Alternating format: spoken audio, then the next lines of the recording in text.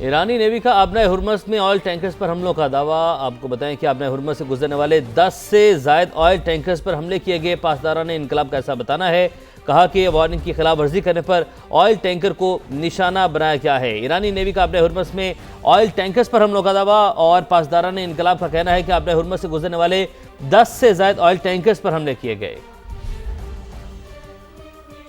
جبکہ دوسری جانب صہیونی فوج کی بیروت میں ہوٹل پر بمباری۔ خبر ایجنسی کے مطابق ہوٹل پر بمباری سے پہلے کوئی پیشگی وارننگ نہیں دی گئی۔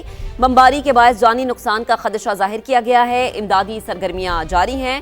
آپ کو اپڈیٹ کریں کہ صہیونی فوج کی بیروت میں ہوٹل پر بمباری، اور ہوٹل پر بمباری سے پہلے کوئی پیشگی وارننگ نہیں دی گئی۔ خبر ایجنسی کا یہ بتانا ہے کہ بمباری کے باعث جانی نقصان کا خدشہ ہے۔ امدادی سرگرمیوں کا عمل جاری ہے۔ کویت میں امریکی طیارے کیسے تباہ ہوئے؟ وال سٹریٹ جرنل نے کہانی بتا دی۔ لکھا، امریکی طیارے کویتی لڑاکا طیارے نے مار گرائے۔ کویتی ایئر فورس کے F-18 طیارے نے 3 میزائل فائر کیے، تینوں میزائل ہدف پر لگے اور امریکی طیارے تباہ ہو گئے۔ امریکی جریدے نے لکھا، کویتی لڑاکا طیارہ ایرانی ڈرونز کے خلاف کارروائیوں میں مصروف تھا۔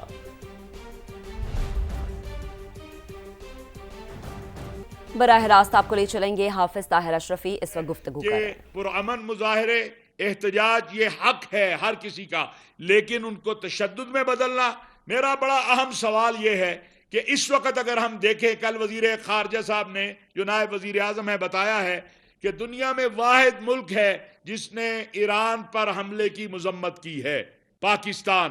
کیا پاکستان کے اندر تشدد کر کے، یہاں پر پرتشدد مظاہرے کر کے پاکستانیوں کو اس بات کی سزا دینی ہے کہ پاکستان نے ایران کے اوپر حملے کی مذمت کیوں کی ہے؟ خامنائی صاحب کی شہادت کے حوالے سے آپ دیکھیں کہ چاروں مکاتب فکر کے علماء، مشائخ ہی نہیں، ہماری غیر مسلم برادری بھی اس کے اوپر غمزدہ ہے اور اپنے ایران کے بھائیوں کے ساتھ جو ہے وہ یکجہتی کا اظہار کر رہی ہے۔ تو یہ جو تشدد کرنے والے عناصر ہیں، یا مظاہروں کو پرتشدد بنانے والے ہیں، یا حکومتی املاک اور عوامی املاک کو نقصان پہنچانے والے ہیں، یہ کسی صورت نہ پاکستان کے خیر خواہ ہیں اور نہ ہی یہ ایران کے خیر خواہ ہیں۔ ہم سمجھتے ہیں کہ اس وقت مسلم امہ کو وحدت اور اتحاد کی ضرورت ہے، اور حکومت پاکستان جو کردار ادا کر رہی ہے مسلم ممالک کے وحدت اور اتحاد کے لیے، سعودی عرب اور ایران کے درمیان جو اس وقت کل جو بتایا ہے اسحاق ڈار صاحب نے، اور باقی امور میں ہم نہ صرف اس کی تائید کرتے ہیں بلکہ امید رکھتے ہیں اور دعا گو ہیں کہ اللہ رب العزت جو ہے وہ مسلم امہ کو وحدت اور اتحاد عطا فرمائے۔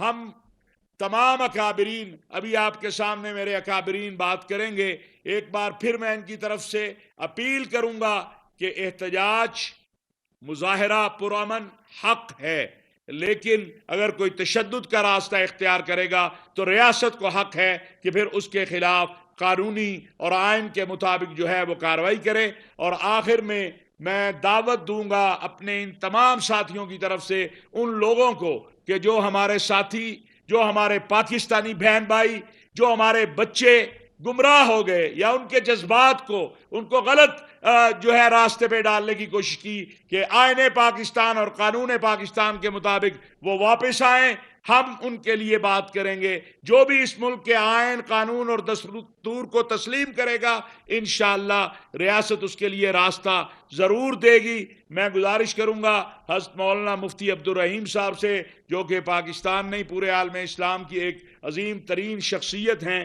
اور بالخصوص پاکستان کے حوالے سے اور دہشت گردی کے حوالے سے، فتنہ خوارج کے حوالے سے ایک بہت ہمارے لیے ایک رہبر کا کردار ادا کر رہے ہیں، کہ وہ چند باتیں آپ سے وہ ارشاد فرمائیں۔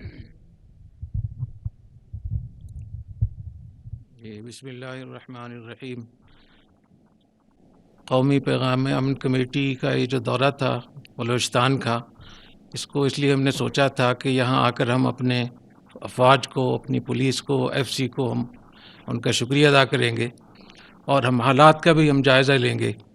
تو 3 دنوں میں جس طریقے سے ہمیں یہاں کی انتظامیہ نے پریزنٹیشن دی، جو اعداد و شمار ہمیں دیے، ہم اس میں حیران ہو گئے، اور ہمیں اندازہ ہوا کہ ہمارے ملک میں بہت بڑے بڑے کام ہو رہے ہیں۔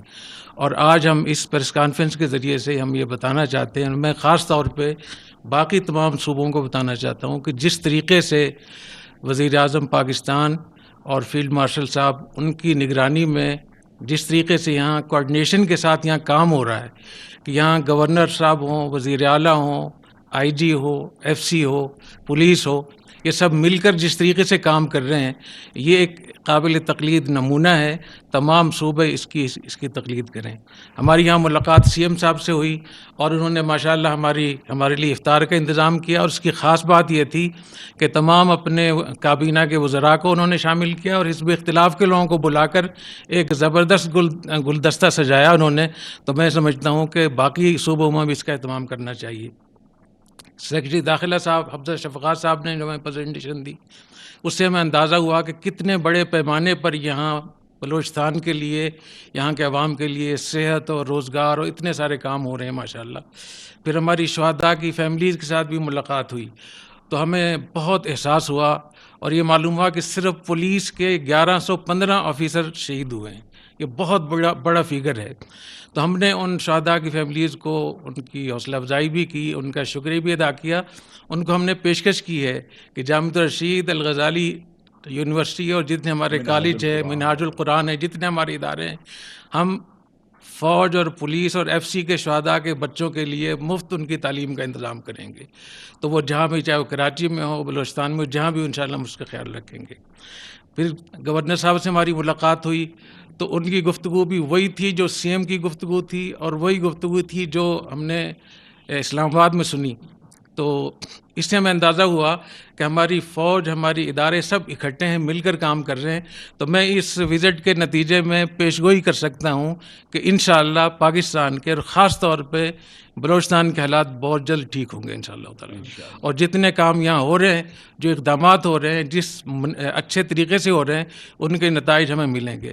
آخر میں ہماری ملاقات جو ہوئی تھی وہ کور ہیڈ کوارٹر میں ہوئی اور جنرل راز صاحب جو کور کمانڈر صاحب ہیں یہاں کے، انہوں نے ہماری آنکھیں کھول دی. جس طریقے سے انہوں نے پوری تاریخ بیان کی بلوچستان کی اور یہاں کے حقیقی مسائل ہمارے سامنے اجاگر کیے.